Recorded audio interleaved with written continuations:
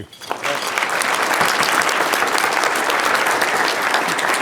Well, thank you for that introduction, and thank you all for having me today. I know many of you have had a chance to visit the area. I don't know all, but I see lots of familiar faces, and I had a chance to shake some hands coming through. I love getting out and visiting our communities and our members. They are synonymous. Manufacturing makes communities. Communities make really good manufacturers, good employees, good citizens. It's a great relationship. And I was just sharing with Katie, and Katie, thank you for inviting me to be here. I was actually up in the UP, so let me back up for a second. We have 1,700 members, and as you can imagine, just by population and size, the majority of our members are in the Southeast Michigan area, but the Great Lakes Bay Area, mid-Michigan, this area is our number 2 area of membership. There is a thriving manufacturing community, and through the groups like M3A now, formerly GLBMA and CMMA, we've had great and close relationships, just a great place. So I like to come here, see members while I'm here, and talk to the community. Grand Rapids area is our next area, and that kind of touches into Kalamazoo. And I just got back from the Upper Peninsula. I was there for the last 3 days, flew in last night, much later than I expected, thanks to mechanical failure and storms. But your benefit simply is I couldn't get home to the Novi area, so I flew into Lansing, stayed overnight, but I had fresh clothes at my office. So I feel showered, somewhat rested, but the Upper Peninsula, thriving manufacturing community. Now it is spread out across the entire peninsula. Mid-Michigan, thriving manufacturing communities. West Side, Southeast Michigan. It is just a dynamic state. And what I like to do is just start with something. It kind of, I think, puts this into perspective. I wish I could find the economist that said this, but it's often quoted. You can make wealth by growing, mining, or making something. Now in Michigan, we do all three, right? We grow a lot of food, we do a lot of mining the further north you go, and we make stuff, incredible things. And that's driven wealth, not just for the business owners, but for the employees, generations of employees across our state. That security, that financial stability, the pride of making things has led to really wonderful communities. So I always like to start just how important manufacturing is. And then when you take a look, there we go, now it's moving forward. Just as part of our GDP, manufacturing remains the largest part. It is near, can't quite make the number out there, I suspect, but it's between 17 and 18% of our GDP. And then it's followed by real estate and rental leasing. You could say that's tied to a successful manufacturing environment. Professional and business services, government has a big chunk, education and health, retail, trade, and so on. But manufacturing drives our economy. It provides really good jobs, great opportunities for folks moving forward. And when you take a look at employment, it is about 16, 17% of our employment base is made up of manufacturing professionals. So that's 600,000 people. Now you can tie in trade.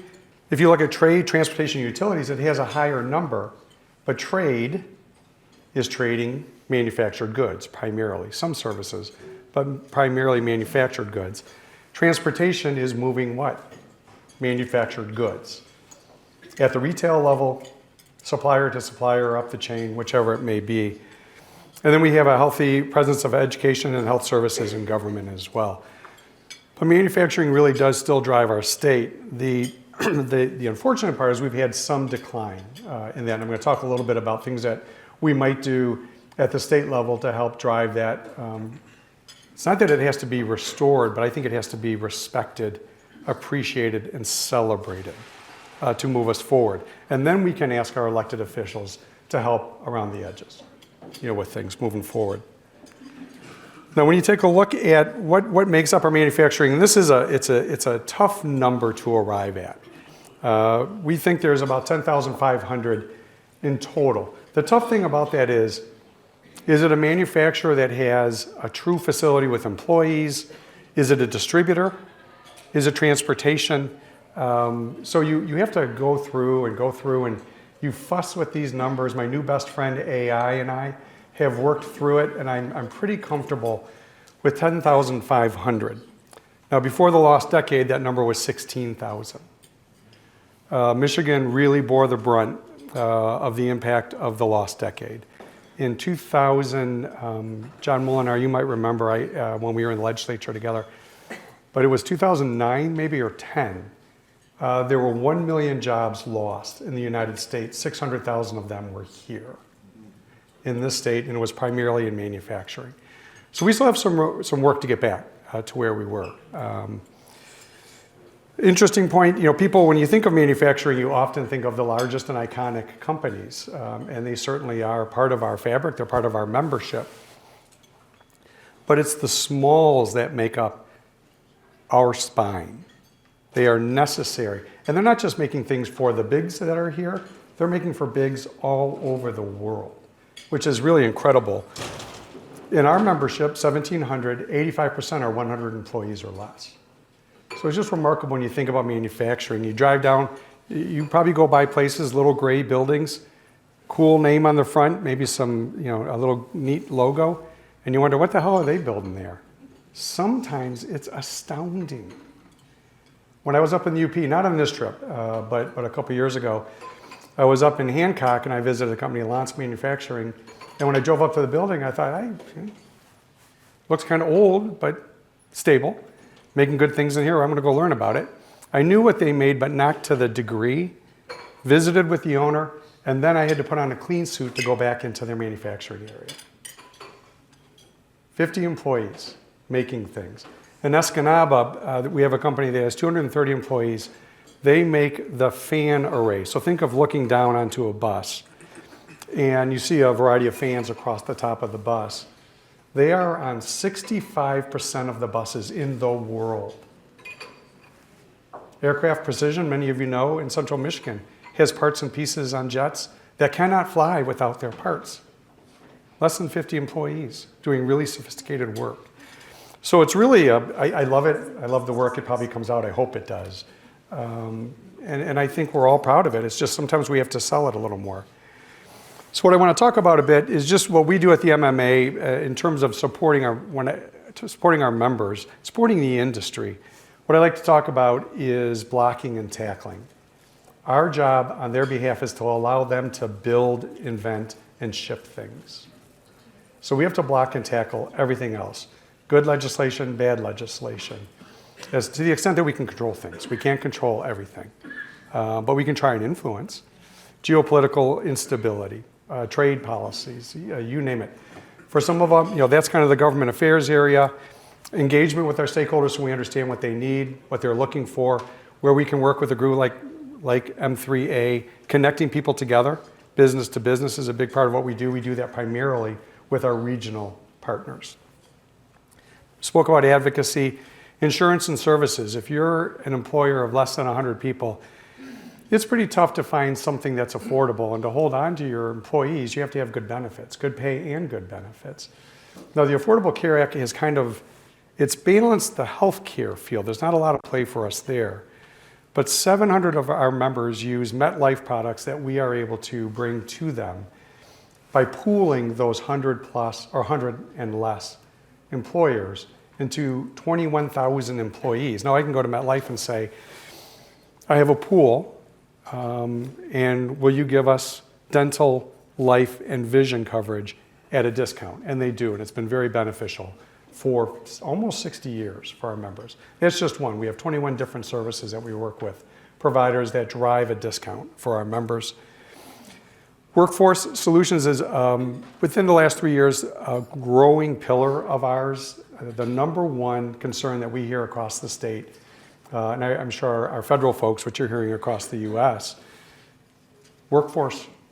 How do we get people to work? How do we get them to learn? How do we drive them into particular careers? I want them in manufacturing, every single one of them, but I also want them to pursue the things that they're proud of and desirous of. But our focus is getting people into, whether it's a trade school, engineering, or beyond, getting them interested in workforce early, manufacturing workforce. And then education, promotion, and connectivity, that's part of my job being here today, is talking about manufacturing, meeting all of you. Even the short conversations we might have today could jog something in my mind to act on. I might ask for your opinion throughout the day on this or that. But it also allows me to just share with you, and I'm going to talk a little bit about some of the political policies that are underway. So our success is when we look at our members, when we can bring their engagement, our insurance and services and government affairs all together. Many of our members, once they come in as an insurance member, they're going to engage in our additional work on workforce or government affairs and vice versa, moving through it.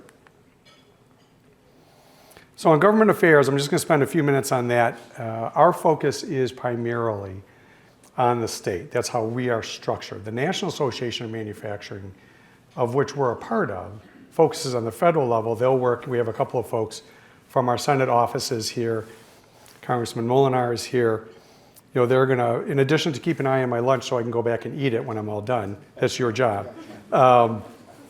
They're leading for us in Washington, D.C. Our job is to help our legislators here lead on manufacturing. And it's a mixed world right now. When I look across the state, there's 35 other folks like me across the U.S., because not every state is heavy in manufacturing. And even of those 35, only 7 have a full-time manufacturing association. The balance are focused on more like a chamber, all businesses, because their weight is probably elsewhere. It could be finance, hospitality, you name it, you know, depending on the state. And we confer constantly, and for Michigan, the biggest challenge is the inconsistency of how we approach our policy and regulatory structure. Now, part of that is partisan, and I don't say that in a negative way by any means. Parties get elected, and they represent the folks that elected them. And they may have opinions that differ from one another. They may agree with things that we promote, they may disagree, but they're rarely unfounded. They just may come to things differently. But what we're lacking at a fundamental level is appreciation for manufacturing. And we change our focus. So we used to have a grant product, incentive product for large manufacturing. Those are kind of going away as popular. There's other ways to entice businesses to come. But our problem is we have them by the hundreds of millions. And then we have nothing. And then we have them because Ford chose to go to Kentucky. They're opening a facility in Kentucky. Now, if you talk to Ford officials, they'll say incentives are part of it. The other part is our supply chain and where our customer base is. You don't get everything here. I'd like that, but you don't get everything here. But then we react to it. Oh my gosh, we got to get back in the game. And when we get in the game, we make some bets, right, wrong, or indifferent. They win or they don't win. If they don't win, criticism starts. And where are we today? Nothing. So when I talk to a company that might be interested in coming to Michigan, I'll say, well, this is what we have. And they'll be like, but do I have to go in front of the legislature? Is it a committee process? Is it certain? Can I follow it? The answer is no, I don't know. It changes. It does, truly. So it's trying to drive a focus on what we can say to businesses, in particular manufacturing, to bring them here. But we also have to say things in a positive sense about how to keep them here. Because remember, what's our backbone? The small manufacturer. Manufacturing, the small manufacturing is our backbone. Large OEMs in any industry will keep their supply chain here. But to make sure that we keep folks that are 50 or under who are being pitched by West Virginia. Never on my radar until about 3 years ago. Certainly Ohio, Indiana, South Carolina, Tennessee, Texas, Florida. They are pitching for our business. If we do something, I don't care, again, this is not a partisan comment. It doesn't matter who's in charge. If we do something deemed uncompetitive, Indiana puts up billboards and thanks whoever's in charge. In our state. Come to Indiana. So what we're doing a lot of is trying to work on consistency and focusing on things that make sense. Trying to pitch for folks to come to Michigan because you're going to create jobs in manufacturing isn't what it used to mean. Because for those of you in manufacturing, you're witnessing automation, AI, the jobs, even during or before the lost decade, but go back 30 years ago, don't exist in the number they do today. So what we're trying to do is convince folks to focus on the size of the investment, the placement, look downstream to the supply chain that could move here as a result. How do you attract that without tying it specifically to you will create this many jobs? Talk about infrastructure. And that's what we're working with our legislators on. How can we invest not just in roads, but water and sewer, airports? Airports are critical. Just any kind of multimodal systems to bring folks here. Education and training. Again, I'm going to touch on that a little more specifically in a minute. But it's our belief that the number one way to make Michigan competitive is to have a ready, willing, and able workforce. Because what we do, what we build, and how we build it is the marvel, not just of the United States, but of the world. When I go to plants, small and large, if I happen to run into somebody that has moved around the world for their employer, what they'll tell me is there's nowhere like Michigan where you have the multitude of talent and the diversity of products. So let's start selling that kind of stuff. Let's invest in those things. I don't want to fish for the big whales anymore. I want them to come because we're hospitable. You still have to have a cherry on the top. I'm not foolish. You still got to sweeten it at some point. But if you have your fundamentals correct and your workforce is here, we have so much to offer. The other thing that I want to mention, I meant to move forward, but we work on all different areas. Judicial is a big challenge. It's not the judiciary itself, but it's, when I went to law school, I can't remember the Latin term for it, but there is a Latin term that says only if John Mullen and I have a dispute, we can sue each other, but only he and I win or lose. But now, if I have to have a dispute with him, I can ask all of you to invest in my legal costs. And if I recover, you get a share of it. And none of you have anything to do with us, right? I wish I could think of the phrase. It sounds good, but I can't think of it. Well, there are now, that I know of, 2 publicly traded companies that you can buy shares in that invest in third-party class action lawsuits.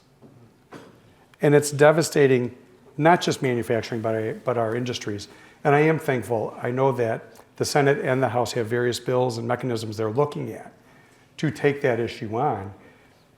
You should have a right to file a lawsuit. In my opinion, you shouldn't have the right to ruin a business and all of its employees because your shareholders are getting a return. So we're spending a lot more time on that area. In workforce solutions, I'm going to go back. I'm sorry, I'm skipping around a little bit. But we've been very successful here. We have opened up 53 high school-based programs with SME Prime Foundation, or the SME Foundation, their prime schools, and LIFT, which is Ignite. These high school students are introduced to advanced manufacturing. They come out with a handful of certificates ready for your workforce. And then our next step is to work with the employers to help secure Going Pro funds so that they can train them up further. Going Pro is a big deal in the budget. The governor did not recommend continuation. It's been in existence about 9 years. Over those 9 years, 170,000 manufacturing employees have upskilled. That's a huge impact when you're talking about 600,000 in total, right? It's about $40 million a year. That's a big number. But that's a good return. It's a really good return. The House has reinserted it. We understand from the governor's office that there's some horse trading going on. We believe the governor will be there. Ultimately, she always has been. Not sure where the Senate is. But that's what we do. We try to bring people through and make sure that the employers and employees are benefiting from these things. Build up that stock of ready, willing, and able employees. So I mentioned the 50 schools, the 2 Ignite schools. And then I'm going to touch back on insurance and other services. The why, again, going back to that is, this one I prepared for my board, but it's how do you make sure a small company survives? So this wouldn't be just pertinent, for us it's pertinent to manufacturing, but it's any small business. And again, it's not always something that we can ask the government to help with. Sometimes it's just plain private sector. Can we bring you a pool of potential customers that, for insurance, we can classify? They're in this industry, this age group. They're brought to you not quite on a silver platter. You still have to make the sale, but we've made your work easy. But it could be training on a forklift. All of our members of all different sizes make use of that. So it's just, it remains a big part of our work. Oh, and we're back to Katie. So those really, I just kind of wanted to give you that quick picture of where we're at, what we're working on. The budget is taking up a lot of our time right now. The legislature is trying to work through that quickly. They hope to have it done by June 30, which I think is good for everybody. Schools and local governments in particular, having that certainty. Last year we had a mini shutdown here in the state, not bad. I think John, maybe Tupac, I don't know, were you guys around when it shut down? That was right before I arrived. Spent the night on the House floor and the Senate floor, and yeah, because I came in just the term after that. It's embarrassing. There are yucks to be had. I was in a shutdown for about 4 hours. That wasn't so bad, but we need to get that budget done and move forward, and then we can plan accordingly. What I'm going to leave you with is something that I think is very positive. As I'm running around the state and I'm meeting with all of our members, there is a confidence, and it's palpable. Last year was difficult. The uncertainty that came from the tariffs made it almost impossible to bid on work or place work. In January, the OEMs in almost every industry said we got to move. So in Michigan, that means if GM's moving forward with a truck and Ford's moving forward with a truck, and the automotive sector, which is half of our industry here, that pulls a whole lot of companies and tens of thousands of people forward. So they're moving along. Aerospace and defense, growing. We already had a presence. It was quiet, but it's growing dramatically. Maritime is starting to make just a little bit smaller craft, but we're pitching for warships now. Now that's a whole nother, we got to do that with Ohio and Canada and some other countries and try and bring it into some ports. But these are some real opportunities. There's confidence. There's nervousness. Things in the Middle East have to settle. We all know that. We're feeling it individually, and our businesses feel it. But no one yet is pulling back, and that's a good sign. So if they're predicting a 1.5% and 2% growth for the year in this circumstance, and we can get that fuel price back down, and we can get some stability, at least one piece of the geopolitical uncertainty tied down a bit, we could have a really good year ahead of us. So with that, I'm going to thank you for having me today, and enjoy the rest of your lunch. I know I'm going to dig in now, so thank you.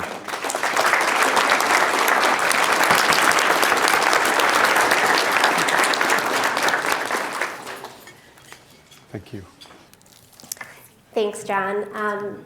I think you highlighted well one of the big headwinds that we have faced over the last year, which is that uncertainty. But despite that uncertainty, I'm really excited to share with you all just the wonderful things that have been happening in the Middle Michigan region today as we continue on with our annual meeting.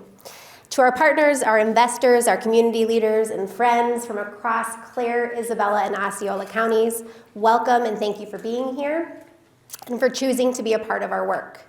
Because that's really what this event is about. It's about the partnerships that we have together. The work that we're doing is building something stronger, more resilient, and more connected right here across Middle Michigan. I first want to recognize the people who make this possible every single day. This includes my staff and my board. If you are here, if you are staff at Middle Michigan, or if you are on the Middle Michigan Development Corporation board, please stand up. I would like to recognize you at this time.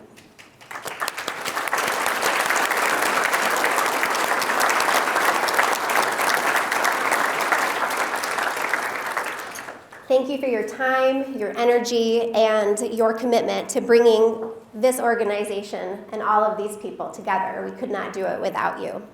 I'd also like to thank our wonderful sponsors for their support of today's event: Central Michigan University, the MEDC, DTE Energy, Isabella Bank, Consumers Energy, Mid-Michigan College, Great Lakes Bay Michigan Works, ITC Holdings, and My Michigan Health. Thank you for helping to make not only this event, but every event we do throughout the year a success. Thank you.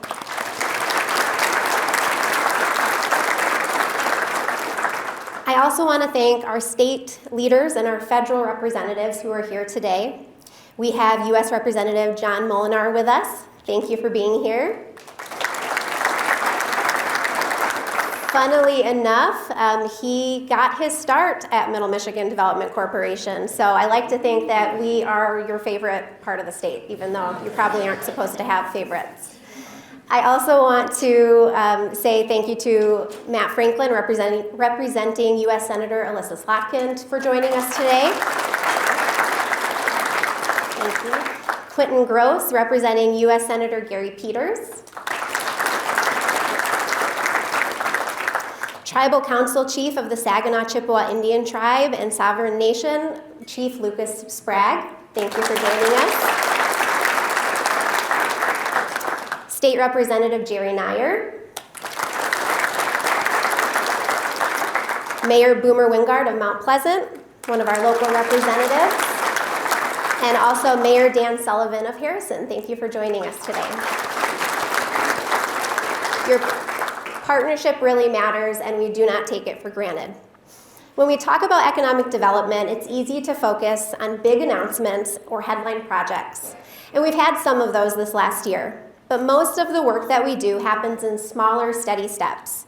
Conversations, site prep, problem solving, all things that build towards bigger outcomes. In 2025, we conducted 201 company visits and provided assistance to businesses 290 times. Those conversations covered everything from expansion plans and workforce challenges to supply chains and access to capital. We're seeing interest turn into real investments. On page 2 of the annual report, you'll see some of these numbers. Nearly 58 million across the region this year, along with 49 new small businesses, were getting started. We saw real investment happen and grow, even in contrast to the year before. Some of that growth came from companies rooted here. In Isabella County, MLT Trucking expanded with a new 75,000 square foot warehouse, allowing local businesses to keep storage and logistics local instead of pushing activity out of our state. My Michigan Health continued to invest across the region, expanding access to care while also supporting jobs and long-term stability. In Osceola County, a $5.3 million road investment will upgrade key corridors tied to the future Michigan Potash and Salt Company facility, a project expected to bring significant jobs and private investment.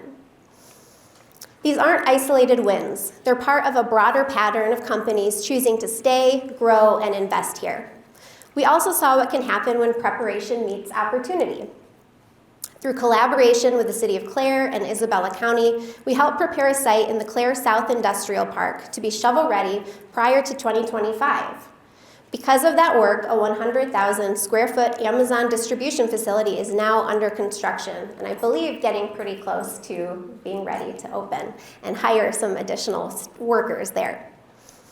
That project didn't come together overnight. It reflects years of coordination, planning, and alignment across multiple partners. At the same time, we stayed focused on small businesses and downtowns because that's where a lot of communities' identities come from, and day-to-day economic activity lives. Through MEDC programs like Match on Main, we supported businesses like the Mount Pleasant School of Dance and Cardinal and Clover in Clare. We also continued efforts like Downtown Pitch and supported downtown redevelopment projects through the Obsolete Property Rehabilitation Act in both Mount Pleasant and Reed City. These are smaller scale investments, but they're critical to keeping our downtowns active and viable. One of the most important shifts this year was how we engaged with businesses. Through the Trusted Connector program, we expanded our ability to meet our small businesses where they are, not just when there's a major project or a problem, but in the day-to-day challenges that they are navigating. That work led to engagement with 144 businesses, helped retain 242 jobs, supported 100 new jobs, and leveraged about $1.2 million in private investment. It also allowed us to provide direct support, including small grants to 42 businesses for technology upgrades, something we hear from our businesses pretty regularly, that they struggle to be able to afford updating. That kind of hands-on engagement is becoming a bigger part of how we operate. We also continue investing in workforce and talent efforts. Programs like Coming Home, Michigan Centered, and After Central, which currently has 5 participants, all aimed at the same issue, not just attracting people, but keeping them here. Because workforce challenges aren't just about jobs anymore. They're tied to housing, childcare, and quality of life. Looking ahead, the challenges in front of us are not new. Housing supply, childcare access, workforce constraints, and infrastructure needs, especially in rural areas, continue to come up in every county discussion that we have. What this past year reinforced is that progress on those issues depends on coordination. No single project or organization is going to solve them on its own. So as we look forward, our focus is pretty clear. Over the next 5 years, and in alignment with our strategic plan, we are setting a course to support 25 business expansions and attraction of 10 new employers, adding 1,000 full-time jobs across the region, driving over $250 million in new investment, supporting 150 new startups, adding 300 new housing units, advancing 8 placemaking projects across our communities. These are measurable targets, but bold, and we cannot do these alone. We're excited to partner with not only the counties and the communities that we serve, but I also know we have partners in the room from across the state and from our neighboring counties as well, all who are excited to partner as we continue to move forward, making Middle Michigan a place where we see great progress happening. I'll close with this. The work we've talked about today, whether it's a large industrial project, a small downtown business, or a workforce initiative, it doesn't happen in isolation. It happens because of the partnerships in this room, across local government, businesses, institutions, and community organizations. That's been consistent across every success we've seen, not just this year, but every year that Middle Michigan has been in existence. So thank you. Thank you for your partnership, your investment, and your continued involvement in this work. We appreciate it, and we look forward to building the year ahead. Thank you. We're so excited you're here.